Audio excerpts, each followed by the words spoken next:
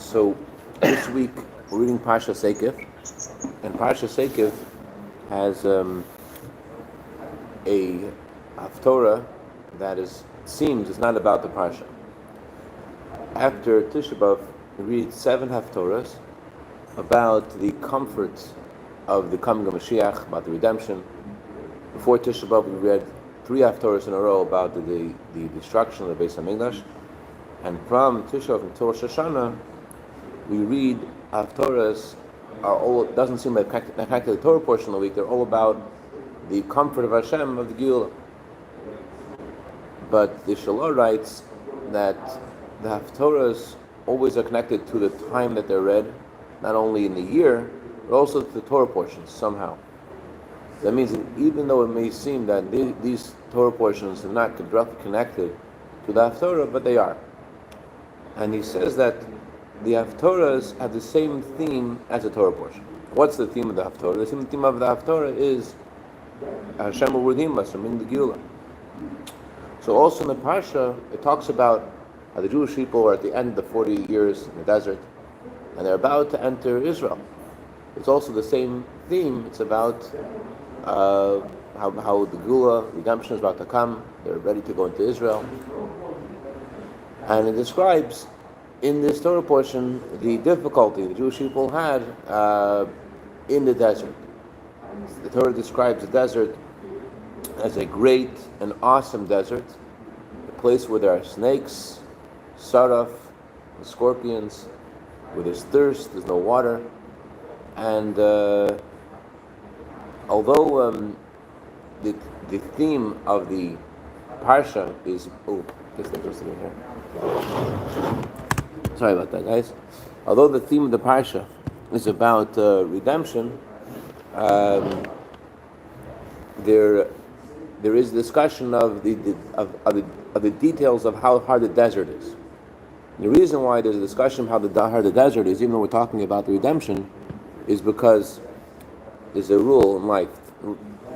Physical medicine is like spiritual medicine. Just like for physical medicine, knowing the disease is half the cure, so too for spiritual medicine, knowing what the problem is, knowing what the issue is, that's the step that you need. That's already halfway towards discovering the cure for the illness. So to know what redemption is about, the Geulah is about, or the cause of the exile, you have to first understand what the exile is about. And when you know what the exile is about, you know what the Golus is about, that will bring you to heal the Golus and come to Geulah. So the Torah describes the exile as a desert. What's a desert? A desert is a place where people don't live. It's an uncivilized place. So the desert represents a place where godliness, where holiness doesn't rest. Just like people don't live in a desert, it says that a Jew is called Adam, a person, but the word Adam, person, also means similar to. That means a Jew is similar to what? Similar, Adam Le'oin is similar to what is in heaven. A Jew is a mirror of what's going on in Shemayim. Even in this world, a Jew is a holy spiritual being. So when we say that there's a place where people cannot live, that means it's parallel to, it's a place where spirituality cannot be. It's a place where there's no spirituality.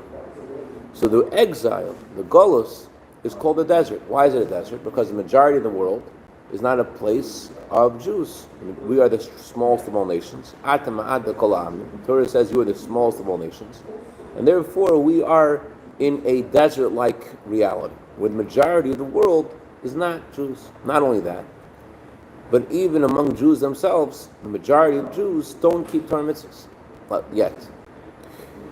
And even within those Jews who keep Torah mitzvahs, the majority of their day isn't spent learning Torah and doing mitzvahs. The majority of the day is spent eating and drinking and sleeping and doing business.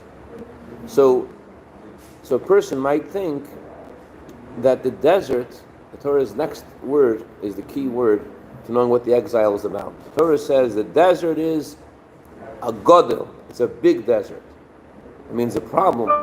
Yeah, I'll be like 15 minutes late.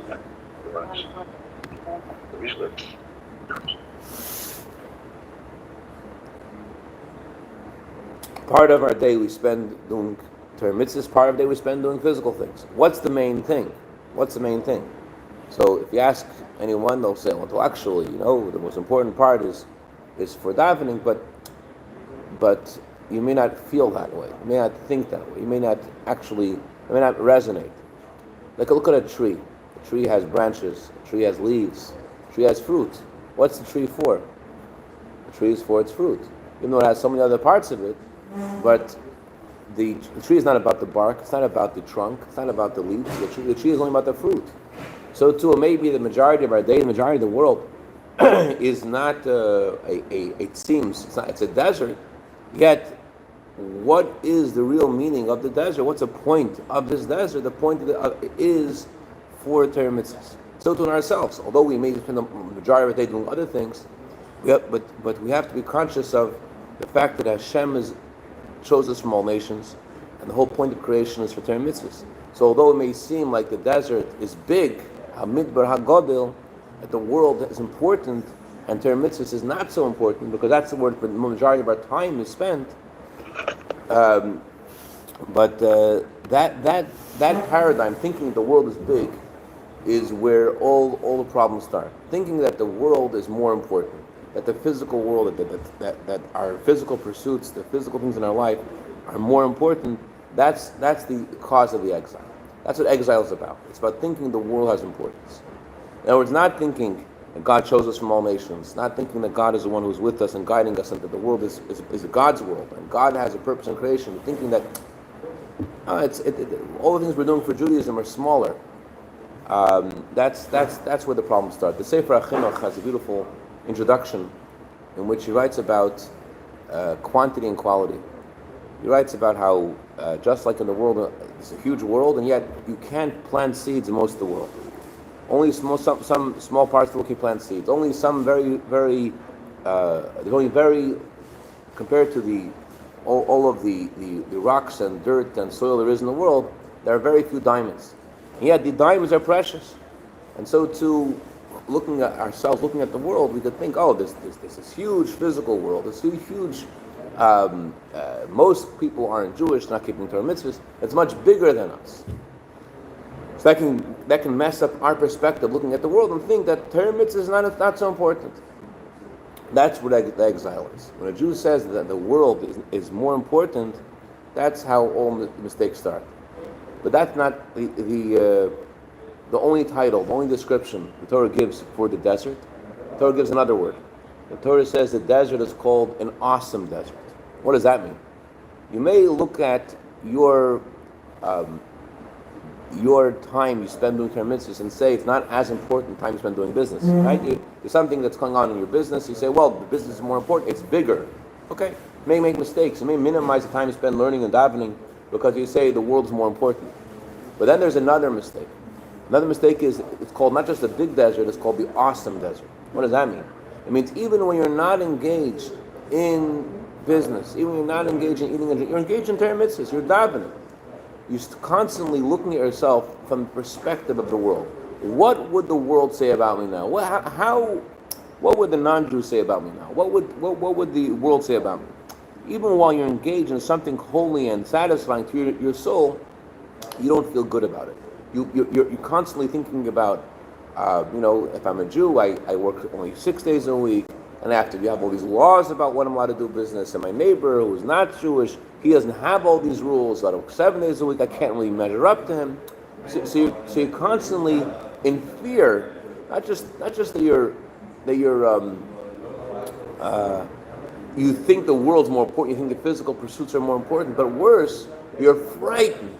You're frightened of that you're always looking at yourself and you feel negligible, you feel low, you feel icky, you feel like the world's even while you're doing something good and holy and spiritual and noble and majestic, doing something really good, you're frightened. What would the world say about me? You feel small, you feel embarrassed about your Judaism. You feel embarrassed about your davening. You feel like this is just such a insignificant thing that I'm doing. That's the second problem. The desert isn't just big.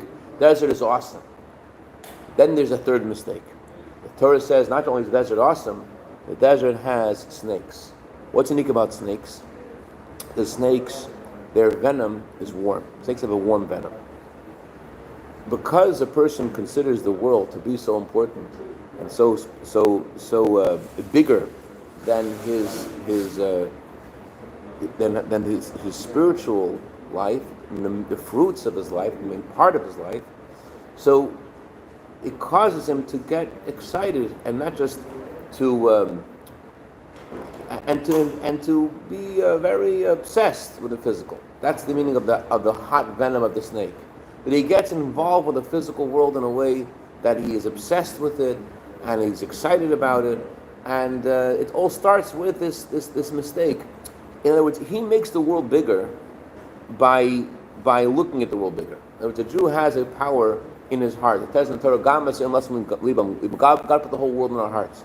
The fact that we look at the world to be so big and wow, I need to do work more. I need to make it up to my neighbors. I have to do so much more. The very fact you say that to yourself, you create a problem. You create a concealment of godliness. The fact that you say the world's so big and I have to do so much more in order to make it, that already causes all the brachas of Hashem, shalom, to be minimized. It's like the brachas of Hashem come to us through a pipe. The more trust you have in Hashem, the pipe is wider. The more can come in and a lot more and faster. The more you're worried and looking at the world and measuring yourself up against everybody else, the pipe gets smaller. Less comes in, and even not just less comes in, it comes in slower. So the next mistake is you have a venom, you have a passion for physical things. You start having this attraction to physical things you didn't have before. Then there's another mistake, saraf. Saraf means to be burnt up, which means you get burnt out. You're excited about gashmistic things, not just you're excited about physical things, but you don't have anymore that excitement for the spiritual things. You're burnt out, you have no interest at all in spiritual things. Your excitement about the worldly things is in such a way that it totally deadens all of your excitement you used to have to spiritual things. And then there is another mistake, akraf. Akraf is a scorpion. Think about scorpions is scorpions have a cold venom. That means you don't have an excitement to do Judaism, but every mitzvah seems to you like this dreary burden. Not just you're not excited about it. You can be not excited about something, but it's okay to do it. Cold venom of the scorpion means not only not excited about it, but you're just like, ugh, I hate doing this. And then Torah says there's a third, and the last problem is there's a thirst and there's no water. What does that mean? Baal Shem Tov says that every day the Mishnah says every day there's a voice that comes out from Har Sinai, and the voice says everyone should do tshuva, everyone must do tshuva. Baal Shem Tov asks, no one hears this voice. What's the point of the voice? No one hears. So Baal Shem Tov says there's a part of your neshama in Gan Eden, and that part of your soul in Gan Eden hears the voice, and that's why you can sometimes be inspired. You don't even know why you're inspired. That's because a part of your soul in Gan Eden is sensitive to God's voice and saying, do teshuvah. That's why you're just walking in Pico Roberts, and all of a sudden, like, wow, you're in Walgreens in aisle 14 and aisle 15. All of a sudden, I need to do teshuvah. But you're thirsty sometimes, and you don't even know why you're thirsty. Or it's Hashem's voice, your neshama hears it. But you're so engrossed in the physical, you don't even know what you're missing. You don't even know why you're thirsty, and you misinterpret this thirst and this emptiness and try to get in quantity where you can't get in quality. You don't even know that this is the thing that you're missing. You don't even think, oh, yeah, I need to do more about the Jewish stuff. It doesn't enter your mind because you're so engrossed in the physical that they say about the Baal Shem Tov, whenever he would pray, people who were a certain distance around him would be inspired. Different inspiration though. Jews who were around him, when they were near the Baal Shem Tov, they would want to learn more. They would want to daven more. They would want to connect more. They were inspired. They thought of tshuva. Non-Jews who were around him, they had thoughts of like all the foolish things they're doing. They should do more of them. They also felt this yearning. There's just yearning for foolish things. So it's possible your neshama is talking to you, and you don't hear your neshama what it's saying. You just hear you're crying. You don't know why you're crying. And the reason we don't know why you're crying is because you're so engrossed in the physical that this whole idea of the spiritual yearning so foreign to you. So again, all these problems come because you say it's a big desert. Look at the world, the world's more important. Look at the world and you say the physical world is bigger than me. That's where you start making all the mistakes. And therefore the tikkun, the way to fix this is to get the right perspective that God is Hamalicha, as the Torah says, Hamalicha, God's one who guides us in the desert. Even when we're in the desert, even when we're involved in the physical, it's Hashem who takes us there. In this awesome and great desert, and He brings us water from a rock. As the Torah says, that even while you're involved you're still in the desert. You're not alone there in the desert. And the Eibishter goes with every Jew. So you don't feel like you can't do it. The Rebbe was once speaking to children, and the Rebbe said a child may feel that there's a Yetzer Hara, there's evil inclination. They can't possibly win against the evil inclination because it's such a formidable opponent. He has so many different tricks. So the Rebbe said the response to Yetzer Hara, that idea is Utzu Eitzav V'Sufar. They make all kinds of plots against us.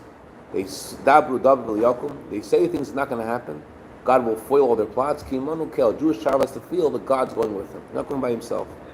So, and therefore, because God's going with you, you decide you're not going to succumb to the voice of the Yetzer Hara. You should know that you're not going to. You should know you're going to win. So that's what's missing from this person's life. He doesn't feel that the Eibusher chose him and he's special and he's important. And that's the antidote for this entire spiritual descent. There is a teaching of the Baal Shem Tov. Baal Shem Tov says, it says in the Mishnah, if you're davening and there's a snake coiled around your foot, don't stop. Probably doesn't mean a boa constrictor. It probably means the Mishnah is talking about a non-poisonous snake. Non-poisonous snake, okay, it's a snake. Continue davening. But it says if there's a scorpion on your heel, you have to stop davening. What does that mean? So Baal Shem Tov says that the snake on your heel means that although you're praying, although you're into Judaism, at the same time you're into Judaism, you also have kinds of things that fly in your mind that are also exciting, also interesting. Not as interesting. Davening is not as interesting. Things are more exciting, more attractive, more pleasurable. So Hashem says that those kind of thoughts come in your mind, you can continue davening. Your davening isn't diseased. Your davening isn't unhealthy. It happens. You have a godly soul. You have an animal soul. Things come in you. In fact, another occasion, in chapter 28 in Tanya, it says the fact that you have all kinds of crazy thoughts coming to your mind is a sign that you're doing something good in your davening. It says that when two people are wrestling and one is about to win, the other one's like use every dirty trick to try to change the game. So it's precisely the opposite. Because you're davening, because your neshama is animated and excited, the animal soul throws all kinds of stuff in. So Baal Shem Tov says that there's a snake, hot venom, around your heel. It hasn't penetrated your heart and mind necessarily, but it's something which is drawing you physically to do things you shouldn't be doing. That's not okay. But your davening is intact. Your davening is okay. However, says Baal Shem Tov, if there is a scorpion on your heel, you have to stop davening. What does that mean? If you start feeling a frigidity, a coldness, you feel cold. The Torah mitzvahs, you feel like this is dreary and boring and why am I doing this? Hashem Tov says, you have to stop davening. There's something is missing over here. You have to know. Like everyone said, how do you know when it's time to speak to your spiritual mentor? When someone wrinkles their nose at you. Kobe, what are you doing? You know, and it's time to go talk to your spiritual mentor and say, wait, 1 second, maybe I'm off. So in a similar way, in yourself, when you feel that everything you're doing is boring and cold, that's an issue. That's an issue. And then the Baal Shem Tov says, stop davening. Doesn't mean literally take off your tefillin and run out of the shul. It means your whole way of serving Hashem is missing something. You got to do something. What do you need to do? You need to start going to the tree of life. The tree of life is chassidus. You go to the tree of life in order to bring a new enthusiasm in your service of Hashem. If there's a scorpion on your heel, it's not like some deep problem in you that's affecting everything, but it's something which is making you cold. Says Baal Shem Tov, you got to do something about this. You got to stop and have start a new approach to your Judaism. You can't continue with this frigidity. Judaism is, as it says in today's Yom Yom, that why is the revealed part of Torah compared to water and the inner dimension of Torah compared to fire? It says in Yom Yom today that when you study the inner dimension of Torah, and you realize that you're going to study the same Mishnah in Gan Eden, and you're going to study the inner dimension of it, it gives you a new enthusiasm, a new feeling. Wow, this is something really amazing. So bottom line is, we have to realize that we're chosen from all nations, and we're special, that we're unique, we have a special mission, God goes with us, and the more we have that in our minds, the more the world looks at it that way as well. As Gemara says, that all nations of the world will see you and they'll fear you. Says the Gemara, what will they see and they'll fear you? They'll see the tefillin. But it doesn't say they'll see the tefillin. It says they'll see the tefillin in your head. What does it mean they'll see the tefillin in your head? In the tefillin it says Hashem is one. It talks about how all the world is negligible and Hashem is constantly guiding everything in creation, and there's no force other than Hashem. And all there is Hashem's truth and Torah mitzvahs. So if that's your perspective, that's the way it's in your mind. Not only will the world respect you, as Rabbi Jonathan Sachs says, Allah Shalom used to say, non-Jews respect Jews who respect their Judaism. Non-Jews are embarrassed of Jews or embarrassed of the Judaism.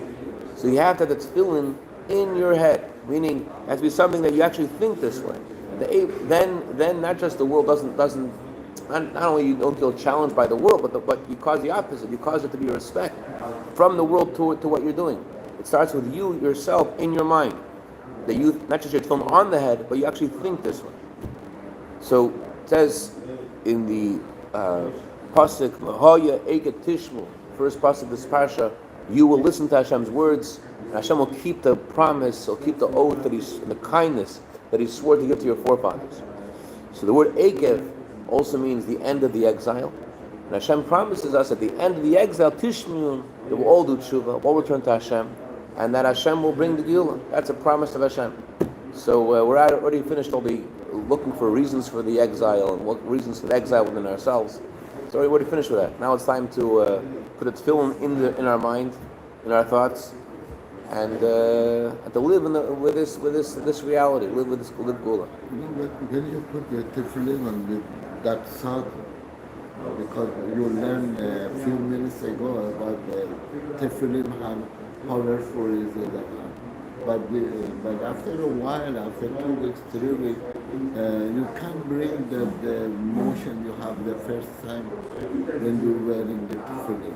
You get colder and colder and colder, and you know there is something in it that doesn't expire you again, doesn't fire you.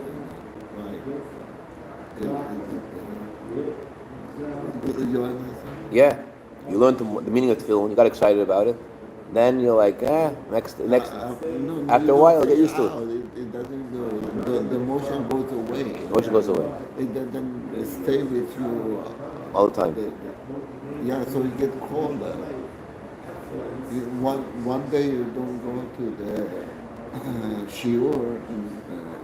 One day you don't pump yourself. For the tefillin you have to pump yourself. For the chassidus you have to pump yourself. To go into the shiur, pump yourself. To doing davening you have to pump yourself every day. But these are seems like it's not possible to for each part of the mitzvah you know there is something that for me doesn't bring that excitement I have. When they're talking about the talit the first time. What get the door, please? What? The first time you put the talit, and when you had the shiur about it, and you know what that means, that talit, how holy is it, how rachamim is inside, what gives you that talit to cover you with excitement and all those things. But before you put it, you just shake and, oh wow, Hashem give me that talit, wow. I mean, so much powerful. Who am I? So when you do it, but after a while, you want to keep that feeling with you, but you go away. So maybe, yeah, it's not what you're saying. It's not what you're saying. Well, we can't hear anything, Rabbi. Oh, so Kobe's actually saying what you're thinking. Kobe is saying, hey, Rabbi, You think and you get excited about something, and then it goes away. And then it goes away. The excitement goes away. So what are you supposed to do with the excitement going away? You learn a chapter in Tanya about putting on talis, and then you're very excited about it, and then it goes away. What's the answer? So the Rebbe once said that just like Rebbe said that you have to learn chassidus every single day, every day learn chassidus. Rebbe actually used the expression, even if today you did an avera, you did something wrong, and not just a rabbinical avera, an avera d'oraisa, a biblical sin. You can't go a day without chassidus. Every day we need to have chassidus. Every day we need this. We need to this infusion every day. You have to think about it every day. You have to spend time doing it every day. You're a busy guy. You get up early. I know, but we have to spend time every day fueling ourselves. I was learning yesterday about this. I shared last night about this Chassidic Marash, who for 12 years he had no excitement in his davening. 12 years, and he asked Marash what to do about it. Marash told him, "There's a blockage in your mind to sing when you daven, to sing." And all of a sudden, when he started singing when he was davening, all of a sudden he became a different person. He started to sing. So we don't know necessarily in each person what is the blockage, where it is. And Marash told this guy, "Sing when you daven." Marash said, "Working hard is not going to help. To sing." But one thing's for sure is to stay on the wagon. To stay on the wagon, to learn chassidus every day, think about it, and this is the tree of life. This is where it is. We feel this is imagine you feel. Baal Shem gave this example. Baal Shem Tov, in the time of Baal Shem Tov, people had all these claims against why Baal Shem Tov was doing something wrong. One of the things they said to Baal Shem Tov was, people are making all these strange movements when they pray. They're going this, like that. When they're davening, they're shaking. What is this about? So Baal Shem Tov said that when someone's drowning in the water, they don't care what everyone says about them. They're drowning. They just want to save themselves. They don't care what everyone's saying about them. So in a similar way, if we would feel that Hashem is a source of life, and that Hashem there's nothing, and Hashem is what animates us and creates us, and Hashem is life itself. So that would naturally bring involuntary movement even in our prayers. We wouldn't shake and we would be into it. But what happens is that instead of looking at davening being a time connected to Hashem, we think about other things, and that's in our minds, and therefore we don't feel like we need this. So it starts really in our minds, and it starts with dedicating time to think about, to learn chassidus, not just to learn it, but to meditate on it and to think and to bring it inside. Like this famous Chassid Alter Rebbe, Shmuel Munkes, who was, I think I shared this story with you recently. He went on a wagon to visit the Alter Rebbe. The wagon was freezing, and he asked the wagon driver if he could have a little bit of vodka. There was the boxes of vodka, so he has a little bit of vodka, and he warmed up. He said, "Wow, I could be around all this vodka and be freezing." What's the answer? Take a little bit of vodka and put it inside you. So the answer is that you feel freezing. Take some of the chassidus. You learn a lot of chassidus, but you have to put it inside you and to think a section that you find inspiring, and to sing with it, and to learn with it, and to daven with it. That's one thing we need to do. L'chaim. Observe, if you're not convinced, come over to shul, and then we'll talk to you. Just imagine walking into a shul where everyone looks like they're drowning now. All right. Good Woche, Jonathan. Good Woche, Zev. Good Woche, David. Good Woche, Dr. Bressman.